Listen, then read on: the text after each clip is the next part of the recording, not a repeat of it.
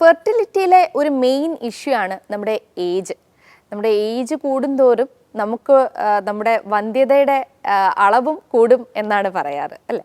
അപ്പോൾ അതുകൊണ്ട് നമ്മളോടൊപ്പം സംസാരിക്കാൻ ഇന്നുള്ളത് ഡോക്ടർ KU കുഞ്ഞു മൊയ്തീൻ ഡോക്ടറാണ്. Doctor fertility specialist, Birla fertility, Perinthalmanna and Kozhikode. Doctor, welcome to the show. Doctor, ഞാൻ പറഞ്ഞതുപോലെ തന്നെ വന്ധ്യതയുടെ സാധ്യതകൾ വരുന്നതെന്ന് പറയുന്നത് ഒരു ഏജ് ഒരു മെയിൻ ഫാക്ടറാണ് അല്ലേ. ഒരു 35-40 ഇയേഴ്സ് ആയ ഒരു സ്ത്രീക്ക് ഉള്ള ഫെർട്ടിലൈസേഷൻ ആയിരിക്കില്ല ഒരു 20-25 ഇയേഴ്സിലുള്ളത്. അപ്പം ഒത്തിരി കുറഞ്ഞു വരുന്നുണ്ട്. ഇത് പരിഹരിക്കാനും സാധ്യതകളുണ്ട് എന്നാണോ ഡോക്ടർ പറയുന്നത്? ആക്ച്വലി പ്രായം നമ്മൾ വന്ധ്യതാ ചികിത്സയിലെ ഏറ്റവും പ്രധാനപ്പെട്ട ഒരു ഘടകമാണ്. പ്രത്യേകിച്ച് സ്ത്രീകളിൽ ഒരു 12-13 വയസ്സിൽ ആരംഭിക്കുന്ന ആർത്തവം അല്ലെങ്കിൽ ഓവുലേഷനൊക്കെ ഒരു 45 വയസ്സാവുന്നതോടുകൂടി ഇന്ത്യൻ സ്ത്രീകളിൽ ഏകദേശം 45-50 വയസ്സിനുള്ളിൽ ആർത്തവ വിരാമം സംഭവിക്കുന്നു. അതിനെ മെനോപോസ് എന്ന് പറയും. അപ്പോൾ ഈ 12 വയസ്സ് മുതൽ ഈ ആർത്തവ കാലഘട്ടത്തിൽ മുഴുവനായിട്ട് വേണ്ടിവരുന്ന അണ്ടങ്ങളെ അണ്ടാശയത്തിൽ ആദ്യം സ്റ്റോക്ക് ചെയ്തിരിക്കുകയാണ് ചെയ്യുന്നത്. ഈ അണ്ടങ്ങൾ നമ്മൾ 30 വയസ്സിൽ നടക്കുന്ന അണ്ടോൽപാദനവും 20 വയസ്സിൽ 25 വയസ്സിൽ നടക്കുന്ന അണ്ടോൽപാദനവും വളരെ വ്യത്യാസം ഉണ്ടാവും. അപ്പോൾ പ്രായം കൂടുന്തോറും നമ്മുടെ ശരീരത്തിൽ പല മാറ്റങ്ങളും സംഭവിക്കുന്നു. അതുമാതിരി തന്നെ അണ്ടോൽപാദനത്തിലും അണ്ടങ്ങളുടെ ക്വാളിറ്റിയിലും മാറ്റം വരുന്നു. ഉദാഹരണത്തിന് പലപ്പോഴും നമ്മൾ പറയാറുണ്ട് 30-35 വയസ്സിന് ശേഷം ഗർഭധാരണം ആയിക്കഴിഞ്ഞാൽ കുഞ്ഞുങ്ങൾക്ക് വൈകല്യങ്ങൾ ഉണ്ടാവാനുള്ള സാധ്യത കൂടുതലായിരിക്കും എന്ന്. അത് ഓരോ വർഷവും 2% വെച്ചിട്ട് കൂടി വരുന്നു. അപ്പോൾ അതുകൊണ്ട് കൂടിയാണ് നമ്മൾ പലപ്പോഴും വളരെ നേരത്തെ ഗർഭധാരണത്തിന് ട്രൈ ചെയ്യണമെന്ന് പറയാറ്. മറ്റൊന്ന്, അണ്ടാശയത്തിലെ അണ്ടങ്ങളുടെ റിസർവ്. ഞാൻ പറഞ്ഞല്ലോ, ഏജ് കൂടുന്തോറും അതിങ്ങനെ കുറഞ്ഞു വരും. ക്വാളിറ്റിയുള്ള ഗർഭധാരണത്തിന് സാധ്യതയുള്ള അണ്ടങ്ങളുടെ റിസർവും നമ്മുടെ ഏജ് കൂടുന്നതനുസരിച്ചിട്ട് കുറഞ്ഞു വരും. അതുകൊണ്ട് തന്നെ പലപ്പോഴും വന്ധ്യതയുടെ ഡെഫിനിഷനിൽ നമ്മൾ പറയുന്ന ഒരു വർഷമായിട്ട് ട്രൈ ചെയ്തിട്ടും കുഞ്ഞുങ്ങളായിട്ടില്ലെങ്കിൽ എന്നുള്ളത് അത് എല്ലാവർക്കും അപ്ലിക്കബിൾ അല്ല. അത് അപ്ലിക്കബിൾ ആയിട്ടുള്ളത് 30 വയസ്സ് 35 വയസ്സ് വരെ മാത്രമാണ്. 35 വയസ്സിന് കഴിഞ്ഞാൽ 6 മാസമായിട്ട് ട്രൈ ചെയ്തിട്ടില്ലെങ്കിലും ഗർഭധാരണത്തിന് ട്രൈ ചെയ്തിട്ട് ആയിട്ടില്ലെങ്കിൽ ടെസ്റ്റുകൾ ചെയ്യേണ്ടതാണ്, ഡോക്ടറെ കാണേണ്ടതാണ്. നേരെ മറിച്ച് 40 വയസ്സിന് ശേഷമാണെങ്കിലോ കല്യാണം കഴിഞ്ഞ് ഉടനെ തന്നെ കണ്ടിട്ട് ഗർഭധാരണം നടക്കില്ല എന്നുള്ളതൊക്കെ നോക്കണം. അതുകൊണ്ടാണ് ഈ ഏജിൻ്റെ പ്രാധാന്യം കാരണം വ്യക്തി ഒന്ന് തന്നെയാണ്. 20 വയസ്സിൽ അതേ വ്യക്തി തന്നെയാണ് 40 വയസ്സിലും. പക്ഷേ പ്രസവം നിർത്തിയിട്ടില്ലെങ്കിലും 20-30 വയസ്സിനുള്ളിൽ കുഞ്ഞുങ്ങൾ ഉണ്ടായിട്ടുള്ള ഒരു സ്ത്രീക്ക് 40-45 വയസ്സിൽ ഗർഭധാരണം ഉണ്ടാവണമെന്നില്ല. അതിനുള്ള സാധ്യതകൾ വളരെ കുറവായിരിക്കും. അവിടെയും ഏജാണ് പ്രധാനപ്പെട്ട ഒരു കാര്യം. ഏജ് ഇങ്ങനെ കൂടുമ്പോൾ നേരത്തെ ചോദിച്ച മാതിരി എന്തൊക്കെയാണ് പരിഹാരം എന്നുള്ളത്. ഏജിനെ കുറയ്ക്കാൻ ലോകത്ത് ടെക്നോളജി ഒന്നുമില്ല അല്ലേ. അപ്പോൾ കൂടിയ ഏജിൽ നമുക്ക് എന്താണ് അതിനെ കോമ്പൻസേറ്റ് ചെയ്യാന്നുള്ളതാണ് പ്രധാനപ്പെട്ട ഒന്ന് നമ്മൾ ഏജ് കൂടുമ്പോൾ നേരത്തെ പരിശോധന നടത്താം. രണ്ടാമത്തത് അഡ്വാൻസ് ആയിട്ടുള്ള ട്രീറ്റ്മെൻറ്റുകൾ, മരുന്നുകൾ കഴിച്ചിട്ട് സമയം കളയാതെ എത്രയും വേഗം നമ്മൾ IVF മാതിരിയുള്ള ട്രീറ്റ്മെൻറ്റുകൾ ചെയ്തു കഴിഞ്ഞാൽ ഗർഭധാരണത്തിൻ്റെ ഓരോ മാസം ഗർഭധാരണത്തിനുള്ള സാധ്യത, അല്ലെങ്കിൽ ടൈം ടു പ്രഗ്നൻസി എന്ന് പറയും, ഒരു ഗർഭധാരണം അച്ചീവ് ചെയ്യുന്നതിനുള്ള സമയം, അങ്ങോട്ട് എത്തുന്നതിനുള്ള സമയം നമുക്ക് കുറയ്ക്കാൻ പറ്റും. ഈ ടൈം ടു പ്രഗ്നൻസി കുറച്ച് കഴിഞ്ഞാൽ മാത്രമാണ് നമുക്ക് ഏജിൻ്റെ ഇമ്പാക്റ്റ് ഇല്ലാതെ എത്രയും വേഗം ഗർഭധാരണത്തിന് സാധിക്കുള്ളൂ. ഈ ടൈം ടു പ്രഗ്നൻസി കുറയ്ക്കാനുള്ള ഏറ്റവും പ്രധാനപ്പെട്ടാണ് ഏറ്റവും കൂടുതൽ ചാൻസ് ഉള്ളൊരു ട്രീറ്റ്മെൻറ്റ് ചെയ്യാന്നുള്ളത്. അങ്ങനെ വരുമ്പോഴാണ് നമുക്ക് IVF ട്രീറ്റ്മെൻറ്റാണ് അതിൽ ഏറ്റവും അപ്രോപ്രിയേറ്റ് ആയിട്ട് ശരിയായിട്ട് വരിക. അവിടെയാണ് നമ്മൾ അണ്ടങ്ങളെടുത്ത് അണ്ടങ്ങളെ സ്പെർമായിട്ട് യോജിപ്പിച്ച് ഭ്രൂണാക്കിയിട്ട് വെക്കുന്നത്. അപ്പോൾ നാച്ചുറലായിട്ട് ഈ അഡ്വാൻസ്ഡ് ഏജിൽ 40 വയസ്സിലോ 38 വയസ്സിലോ ഒക്കെ ഒരു നാച്ചുറലായിട്ട് ഒരു 4-5% ഗർഭധാരണ സാധ്യത ഉണ്ടാവുന്നത് അതൊരു 50-60% കൂടും.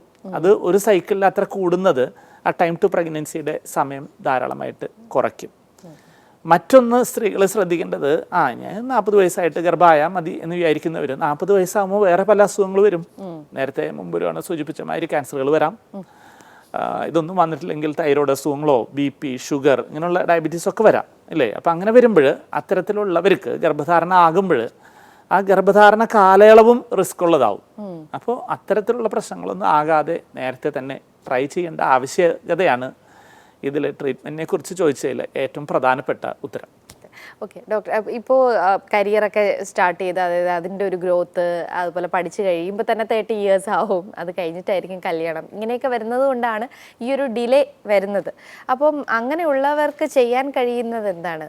അതായത് അങ്ങനെ വരുമ്പോൾ അവർ അവരുടെ ചെറിയ പ്രായം എന്ന് ഉദ്ദേശിച്ചത് ഒരു 22-നും 30 വയസ്സിൻ്റെ ഇടയിൽ തന്നെ അവരുടെ അണ്ടങ്ങൾ എടുത്തിട്ട് ഫ്രീസ് ചെയ്ത് വെക്കലാണ്. എലക്റ്റീവ് എഗ് ഫ്രീസിംഗ് എന്ന് പറയും. അങ്ങനെയാണെങ്കിൽ, കാരണം ഉദാഹരണത്തിന് ഒരു 25 വയസ്സിൽ എടുത്തു വെച്ച അണ്ടങ്ങളാണെങ്കിൽ അവരൊരു 35 വയസ്സിലാണ് പ്രഗ്നൻസിക്ക് ട്രൈ ചെയ്യണത്, നാച്ചുറലായിട്ട് ആയിട്ടില്ലെങ്കിൽ അവർ ഉപയോഗിക്കുന്നത് അവരുടെ 25 വയസ്സിലുള്ള അണ്ടങ്ങളാണ്. അപ്പം അതുകൊണ്ട് പ്രഗ്നൻസിയുടെ ചാൻസ് കൂടുതലായിരിക്കും. നേരത്തെ പറഞ്ഞ ക്രോമോസോം ഇഷ്യൂസ്, ഡൗൺ സിൻഡ്രോം എന്നൊക്കെ പറഞ്ഞിട്ട് ഏജിൻ്റെ ഇഷ്യൂസ് ഒന്നും വരാതിരിക്കും. അങ്ങനെയുള്ള കുറേ അഡ്വാൻറ്റേജ് അതിനുണ്ട് അങ്ങനെ ചെയ്യുമ്പോൾ.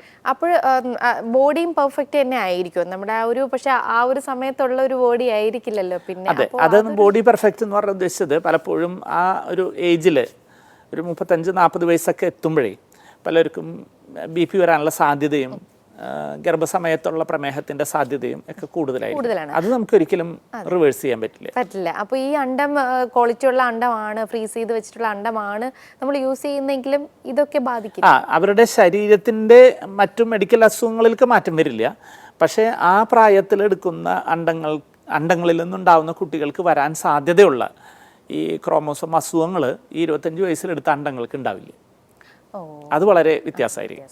അത് വളരെ ഒരു ഇതാണ്. ബാക്കി കാരണം വെച്ചാൽ BP ആയാലും ഷുഗർ ആയാലും ഒക്കെ നമുക്ക് മാനേജ് ചെയ്യാം അല്ലേ. നമുക്ക് ഇന്നത്തെ സൗകര്യങ്ങളൊക്കെ വെച്ചിട്ട് അതൊന്നും വലിയൊരു ചലഞ്ചല്ല. നേരെ മറിച്ചിട്ട് ക്രോമസോം തകരാറുകളൊന്നും നമുക്ക് പരിഹരിക്കാൻ പറ്റില്ല. നേരത്തെ അറിയാമെന്ന് മാത്രമേ ഉള്ളൂ. ഓക്കെ, ഒരു ഫസ്റ്റ് പ്രഗ്നൻസിയുടെ കാര്യമായിരിക്കും ഡോക്ടർ ഇപ്പോൾ പറഞ്ഞത്. അതൊരു സെക്കൻഡ് പ്രഗ്നൻസിയിലേക്ക് വരുമ്പോഴും സെയിം തന്നെയായിരിക്കും. സെക്കൻഡ് പ്രഗ്നൻസി ആയാലും ഏജ് എല്ലാത്തിലും ഒന്ന് തന്നെയാണ്. പക്ഷേ സെക്കൻഡ് പ്രഗ്നൻസി എപ്പോഴും ഫാമിലി കംപ്ലീറ്റ് ചെയ്യുന്നത് എപ്പോഴും ഒരു 40 വയസ്സിനുള്ളിൽ ചെയ്യണമെന്ന് പറയുന്നത് അതുകൊണ്ടാണ്. ഇനി 40 വയസ്സായ ആൾക്കാർക്ക് ഗർഭം ഉണ്ടാവണില്ലേ? ഗർഭസ്ഥരായി എന്തായാലും ഉണ്ടാവാം, പക്ഷേ ഈ റിസ്കുകൾ ഉണ്ടാവാം, സാധ്യതകൾ കുറവായിരിക്കും. പിന്നെ മറ്റൊന്നാണ് 40 വയസ്സ് കഴിയുമ്പോൾ നമ്മൾ അണ്ടാശയത്തിലെ അണ്ടങ്ങളുടെ റിസർവ് കുറഞ്ഞ് വളരെ പരിധിയിൽ 0.3-നേക്കാളും താഴെ അണ്ടാശയത്തിലെ അണ്ടർ റിസർവ് നോക്കുന്ന ഒരു ടെസ്റ്റാണ് AMH എന്ന് പറയുന്നത്. അതൊരു 0.3-നേക്കാളൊക്കെ താഴെ പോയി കഴിഞ്ഞാൽ അണ്ടാശയത്തിലെ അണ്ടങ്ങൾ വളരെ കുറവായിരിക്കും, ഉണ്ടാവില്ല എന്ന് തന്നെ പറയാം ഗർഭധാരത്തിന് പറ്റിയത്. അങ്ങനെ വരുമ്പോൾ നമ്മൾ ഇപ്പോൾ IVF ട്രീറ്റ്മെൻറ്റ് ചെയ്യുമ്പോഴായാലും നമുക്ക് ഒരു 2 ഭ്രൂണമൊക്കെ വെക്കണം ഏതെങ്കിലും ഒരെണ്ണം പിടിക്കാൻ ആ പ്രായത്തിൽ. അപ്പോൾ നമ്മൾ 1-2 തവണ അണ്ടങ്ങൾ എടുത്തിട്ട് പൂൾ ചെയ്യും. oocyte പൂളിങ് അല്ലെങ്കിൽ എഗ് പൂളിങ് എന്ന് പറയും. ഇനി അതും നടക്കാത്തവരാണെങ്കിൽ നമ്മൾ എഗ് ബാങ്ക്, ബാങ്കിലുള്ള അണ്ടങ്ങളെ നമുക്ക് ട്രീറ്റ്മെൻറ്റിന് ഉപയോഗിക്കാം. പിന്നെ നേരത്തെ പറഞ്ഞ മാതിരി ഈ ശാരീരികമായ അസുഖങ്ങൾ മാത്രമല്ല, BP ഷുഗർ അങ്ങനത്തെ മാത്രമല്ല, ഗർഭപാത്രത്തിലെ അസുഖങ്ങളും വരാം ഇല്ലേ. ഫൈബ്രോയിഡ് വരാം, അതിൽ എൻഡോമെട്രിയോസിസ് പറഞ്ഞ അസുഖങ്ങൾ വരാം. ഇതൊക്കെ ഗർഭധാരത്തിനെ ബാധിക്കും നമ്മൾ ഏജ് കൂടുന്തോറും. ഓക്കെ, അപ്പോൾ ഇങ്ങനെയൊക്കെയുള്ള കുറേ പ്രശ്നങ്ങളുണ്ട് ഏജ് കൂടിയാലുള്ളത് അല്ലേ. അപ്പോൾ ഇതൊക്കെ നമുക്ക് പരിഹരിക്കാൻ ഒരു പരിധി വരെ സാധിക്കുകയുള്ളൂ എന്ന് തന്നെയാണ്. ഇതിൽ ഇപ്പോൾ ഈ പറഞ്ഞ രീതിയിൽ നമ്മൾ പ്രായം കൂടുമ്പോഴുള്ള അണ്ടങ്ങളുടെ കുറവ് അല്ലെങ്കിൽ ക്രോമോസോമിൻ്റെ തകരാറുകൾ, അതിനുള്ള സാധ്യതകൾ കൂടിയ സാധ്യത പറഞ്ഞല്ലോ. അപ്പോൾ അണ്ടങ്ങളുടെ റിസർവോ അല്ലെങ്കിൽ ക്രോമോസോമിൻ്റെ അപാകതകൾ വരാനുള്ള സാധ്യതയോ, ഇത് രണ്ടും മാത്രം നമുക്ക് ഒന്നും ചെയ്യാൻ പറ്റില്ല. ബാക്കിയെല്ലാം നമുക്ക് പരിഹരിക്കാവുന്ന പ്രശ്നം.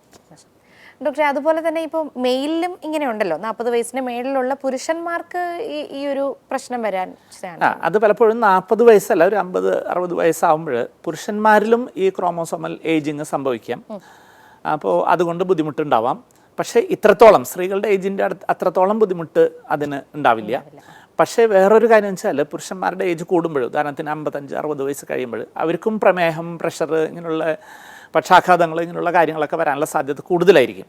അപ്പോൾ അത് അവർക്ക് സ്ത്രീകളുമായിട്ട് നാച്ചുറലായിട്ട് കോൺടാക്ട് ചെയ്യാൻ, ബന്ധപ്പെടാനുള്ള സാധ്യതയും അതിനുള്ള ഉദ്ധാരണക്കുറവെല്ലാം പലപ്പോഴും സംഭവിക്കും. അപ്പോൾ അതൊരു കാരണമാവും. കാരണം കോൺടാക്ട് ചെയ്യുന്നതിൻ്റെ ഫ്രീക്വൻസി അത് കുറയും ഭയങ്കരമായിട്ട്. എന്തായാലും ഗർഭം ധരിക്കുമ്പോഴും അല്ലെങ്കിൽ ഒരു കുഞ്ഞുണ്ടാവാൻ വേണ്ടി നോക്കുമ്പോഴും എപ്പോഴും 30 വയസ്സിന് താഴെയായിട്ട് തന്നെ ശ്രമിക്കുന്നതായിരിക്കും നല്ലത്. അറ്റ്ലീസ്റ്റ് 40 വയസ്സിൽ താഴെയെങ്കിലും. അറ്റ്ലീസ്റ്റ് 40 വയസ്സിന് താഴെയെങ്കിലും. എന്തായാലും മറ്റൊരു എപ്പിസോഡായിട്ട് വീണ്ടും എത്താം.